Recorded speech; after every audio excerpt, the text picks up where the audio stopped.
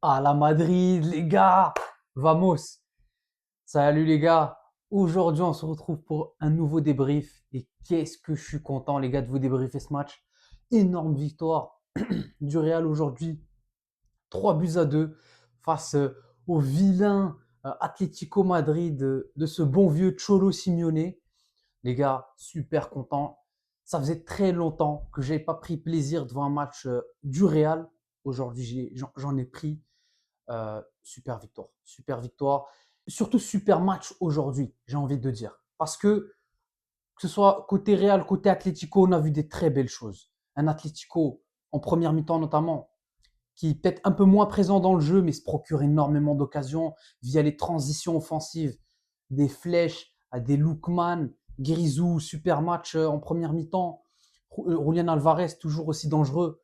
Donc franchement, on avait un Atlético en première mi-temps avec des transitions offensives qui nous faisaient très mal. C'est d'ailleurs de cette manière qu'ils ouvrent le score, euh, justement, au terme d'une superbe occasion collective. Lookman d'un long ballon d'Alvarez. Il avance, il décale Ruggieri qui fait une superbe course de dédoublement, qui envoie ce centre. Lookman, à peine il décale Ruggieri, mais une flèche, il va directement courir vers la surface de réparation. Le Cholito, Giuliano Simeone réceptionne ce ballon, petite talonnade, superbement bien joué. Lookman qui se place un peu entre tous les défenseurs madrilènes et qui vient caser ce petit plat du pied. Ça fait 1-0 pour l'Atlético. Et voilà, moi je me suis dit à ce moment-là, c'est dommage. C'est dommage parce que le Real a eu énormément d'occasions en première mi-temps, que ce soit Valverde qui était intenable sur la première mi-temps, les gars. Là. Le poteau qui met là, l'action du poteau à la 7e minute environ, mais qu'est-ce que c'est que ce bordel? Il met un grand pont monumental, il trace, il arrive face à Musso, et malheureusement il croise un peu trop sa frappe, ça touche le poteau. C'était vraiment dommage. Mais non, vraiment en fait, moi, quand on siffle la mi-temps, je me dis dommage. Je me dis dommage parce que ce Real, on avait les moyens de marquer un but en première mi-temps. On ne le fait pas. Et après, voilà. Là, pour moi, c'est le premier tournant du match. Ce retour des vestiaires, bordel, les gars. Mais j'ai vu un Real avec une énergie. C'est excellent. C'est excellent ce que j'ai vu au retour des vestiaires. Un contre-pressing, une intensité dans les petits espaces. Techniquement, c'est précis. J'ai kiffé, les gars. Franchement, j'ai kiffé le retour des vestiaires. Arbeloa, franchement, il a dû faire un excellent discours parce que les gars sont rentrés motivés en seconde période. Et voilà, l'égalisation du Real qui est donc ce penalty provoqué par Brahim Diaz. Brahim Diaz, super match d'ailleurs. Hein. J'ai adoré le match de Brahim Diaz. Il gagne petit à petit son estime. Hein. Il est en train de regagner de l'estime dans mon cœur, Brahim. Après, on va voir ce qu'il va faire en sélection. Mais en tout cas, au Real, il est en grande forme. Il est en grande forme ces dernières semaines. Aujourd'hui, il fait un super match. Il provoque ce penalty. Franchement, il mélange un peu la défense d'Atletico. David Anco, qui se gère pas, qui voilà, vient un peu le faucher dans la surface. Penalty indiscutable. Et voilà, Vinicius qui prend ses responsabilités. Il avait raté un péno lors du match aller face à City. Il prend ses responsabilités, il transforme le péno, c'est superbement bien tiré. Frappe croisée, sèche, limpide. Il n'y a rien à dire. Le deuxième but, les gars, qui vient 2 minutes plus tard. Et c'est là qu'on voit que le Real, bah, ils avaient la dalle. Quoi. Quand ils reviennent de la mi-temps, ils avaient faim, les gars. Parce qu'on a Valverde, et bordel, un contre-pressing de chien de la casse sur Jiménez, je pense, José María Jiménez, qui perd le ballon, en fait, qui essaie de le dégager, je sais pas quoi. Et voilà, Valverde qui est juste trop rapide, qui arrive à lui chipper ce ballon. Et le sang-froid de Valverde, les gars, il arrive devant le goal. Petit extérieur, petite finition d'une délicatesse, les gars, magnifique. Et à ce moment-là, on se dit super, parce que tu viens de renverser le match complètement en l'espace de 2 minutes. Tu viens de mettre 2 buts. Et là, on se disait qu'on était très bien. Et c'est pas que ce bon vieux Nahuel Molina, les gars, ce, cet Argentin là, un petit peu latéral droit, c'est pas lui qu'on soupçonne euh, de marquer beaucoup. Et aujourd'hui, mais qu'est-ce qu'il nous a fait le fou? S'il vous plaît, les gars, regardez-moi le but qu'il a mis aujourd'hui. Un bombasso absolu, une frappe. Très difficile de faire aussi lucarne que ça, mais une patate, quoi. Vraiment pleine lucarne, lucarne opposée, inarrêtable. 2-2. Et le but survient environ quoi? Une dizaine de minutes après celui de Valverde. Donc voilà, c'est dommage parce que l'Atlético revient donc au score. Et là, tu as deux partout. Tu te dis encore une fois, il faut que le Real aille en mettre un autre. Et ouais, et en plus, à ce moment-là, j'ai trouvé que le momentum shiftait un peu vers l'Atlético. Il y avait certaines occasions, hein. Heureusement que Lounine était là. Franchement, Lounine, je l'ai trouvé assez bon, lui aussi. Là, il y a des très bons arrêts, décisifs. Je trouve que son jeu au pied est quand même moins bon que celui de Courtois. Hein, à un moment donné, il fait une petite erreur au pied. Heureusement que la défense était alerte, mais ouais, je trouve quand même moins bon au pied que Courtois. Mais franchement, sur sa ligne, les gars, il sort des tops arrêts. Bah, c'est sûr que sur Molina, là, il peut pas faire grand-chose, franchement. Et voilà, et on se dit, putain, il faut que le Real aille encore aller en chercher un troisième. Et on a été capable. Notamment, les gars, avec l'entrée de Trent. J'ai envie de parler de lui. Énormément décrié ces derniers temps. Et à juste titre, il n'était pas très bon, Trent Alexander-Arnold. Ces derniers temps, vous voyez qu'il joue avec beaucoup de nonchalance, etc. Bah, je pense qu'aujourd'hui, il a été piqué dans son ego parce que Arbeloa l'a bench, l'a mis sur le banc. Et c'était clairement pas pour des questions physiques, parce qu'il était en retard. C'est ce qui est supposément dit, justement, c'est qu'il était en retard lors de l'entraînement. Et Arbeloa a décidé, voilà, pour un petit peu le punir, on va dire, le mettre sur le banc. Il a titularisé Carvajal, j'ai trouvé d'ailleurs Carvajal un peu compliqué. Peut-être que c'était pas le meilleur choix de la part d'Arbeloa, parce que ben voilà, dès que Trent y rentre, super dangereux. Voilà, on connaît son pied droit, on connaît la qualité de son pied droit. Et même, je l'ai vu rentrer avec beaucoup plus d'envie que ce qu'on a vu ces derniers temps. Il rentre, superbe run sur son côté droit. Il pousse le ballon, il a de l'espace, il va chercher. Et voilà, après, il bascule le jeu sur Vinicius. Une superbe transversale. Il bascule le jeu complètement vers Vinicius, qui a de l'espace, qui est environ en 1 contre 2 contre 3. Et on connaît la qualité de Vinicius quand il rentre un peu sur son pied droit, venant de son côté gauche, c'est extrêmement dangereux. Il rentre, petit enroulé, petit filet, imparable. Et bah là, on se dit magnifique, magnifique. Vinicius qui revient au top, qui confirme clairement sa deuxième partie de saison exceptionnelle. Hein, le Brésilien qui est extrêmement en forme. Je n'ai pas les stats exactes, les gars, mais franchement, ces derniers temps, il enchaîne les buts, il enchaîne les passes décisives.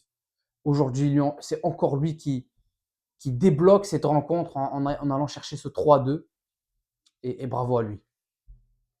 Sinon, autre fait marquant de ce match, bah, c'est le carton rouge de Valverde, les gars. Carton rouge de Valverde qui, pour moi, je trouvais un peu l'homme du match jusqu'à date. Et il va chercher ce carton rouge et je trouve que c'est bête parce que l'intervention défensive n'a pas lieu d'être. Pour moi, Valverde ne doit pas faire ce qu'il fait. Il vient, mais il vient avec beaucoup trop de virulence.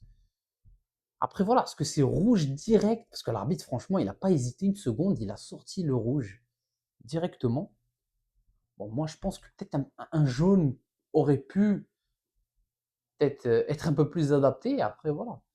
Ça, moi, je pense que le rouge peut sortir également parce que c'est une situation dangereuse, quoi. Voilà, Valverde vient quand même avec beaucoup de virulence dans son intervention.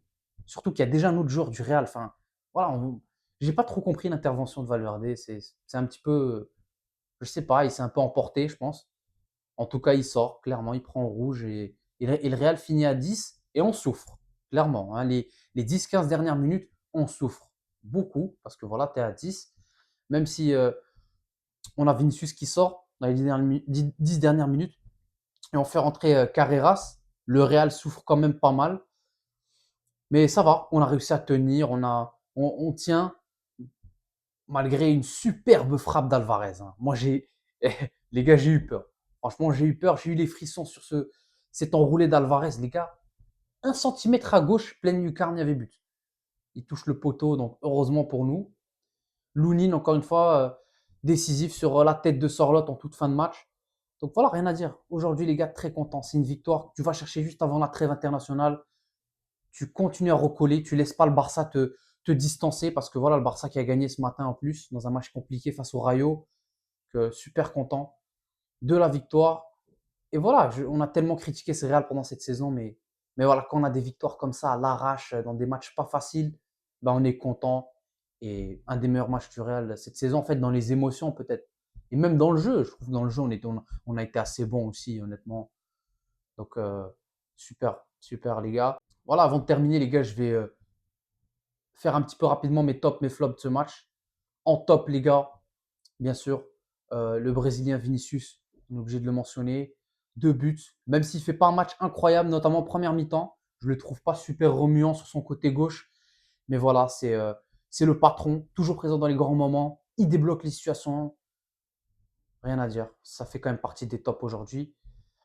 En top, j'ai aussi envie de mettre Brahim, comme on a dit, qui revient super bien ces dernières semaines. Il provoque le péno pour nous ramener dans le match en deuxième période. Il est remuant, beaucoup d'efforts. Il revient défendre. Un très bon pressing. J'ai énormément pressing, contre-pressing, beaucoup d'intensité. Ouais, on voit qu'il a voulu marquer des points en fait. Pendant qu'Mbappé était blessé ces dernières semaines, il a voulu marquer ses points et je pense il les a marqués clairement. J'ai envie de mentionner côté top, bien sûr, le Capitano Valverde, qui est lui aussi dans une forme monumentale ces derniers temps. Il n'y a rien à dire. Depuis 2026, c'est avec Vinicius notre meilleur joueur, je pense. Il est fantastique. Encore une fois, aujourd'hui, moi, je trouve que c'est le plus régulier sur ce match parce que non seulement il met le but, il met un but, le 2-1, mais en plus de ça, en fait, il est fou, le mec. Tu le vois, il est partout. Il court comme un affamé. Il court comme un affamé. Un pressing de malade mental, une intensité, même une vitesse, un bagage physique exceptionnel. Non, Valverde, c'est un joueur qui bénéficiera à n'importe quel milieu de terrain. Il a tellement de coffres, ce mec. Et voilà, aujourd'hui, il est auteur d'une très belle prestation encore, même si voilà le rouge qui prend en fin de match ternit un peu sa performance. Mais de manière générale, je suis content de Valverde. Et Ballon d'or, les gars, peut-être. Non, sérieusement, je ne pense pas, mais qui continue juste sur cette lancée parce que avec un tel coffre, un tel bagage physique, il joue pour deux, clairement, en fait, sur le terrain. Très, très fort. Sinon, les gars, du côté de mes flops, j'avais envie de mentionner Fran Garcia. Fran Garcia, j'ai trouvé un match assez mitigé. Des fois, il y avait des belles choses quand même, mais beaucoup de choses pas très bonnes. Pas très bonnes aussi. Fran Garcia, en fait, il se faisait beaucoup prendre sur son côté. J'ai l'impression qu'il manque de rythme. C'est logique. C'est pas un joueur qui joue beaucoup. Normalement, c'est Carreras. D'ailleurs, j'ai pas trop compris ce choix d'Arbeloa. Ça aussi, c'est un choix. Sur les latéraux, honnêtement, Arbeloa, j'ai le sentiment qu'il s'est trompé aujourd'hui, honnêtement. Parce que pour moi, laisser sur le banc Trent et Carreras au détriment de Carvajal et Fran Garcia, voilà, je pense que c'était peut-être ça qui t'a coûté le premier but notamment et certaines situations dangereuses en première mi-temps d'Atletico. Sinon, en autre flop, j'ai envie d'aller sur les transitions défensives généralement. En fait, juste comment le Real gère nos transitions défensives. Ça, c'est un énorme point négatif qu'on a mentionné depuis longtemps. Et aujourd'hui, ça s'est encore vu malheureusement en première mi-temps d'ailleurs. On prend beaucoup de. En fait, on prend le bouillon souvent. Nos transitions défensives, on se replace très mal. On laisse beaucoup d'espace, notamment dans notre milieu de terrain. Et ce qui expose énormément la défense après. On l'a vu, on arrivait facilement à casser notre premier rideau défensif et ça laissait quand même beaucoup d'espace au Colchoneros aujourd'hui. Donc ça serait quelque chose à essayer de travailler encore. Parce que voilà, face au Bayern, les gars, ça va pas pardonner. Hein. En Ligue des Champions, on sait que c'est notre prochaine grosse affiche. Va falloir être plus prudent sur cet aspect. Sinon, les gars, je pense qu'on a fait le tour de ce match. N'hésitez pas à me dire ce que vous avez pensé de la rencontre. Parlez-moi de vos tops, vos flops en commentaire, les gars, bien sûr. Et voilà, abonnez-vous, likez. Et nous, on se retrouve pour de prochains débriefs, les gars. Ciao!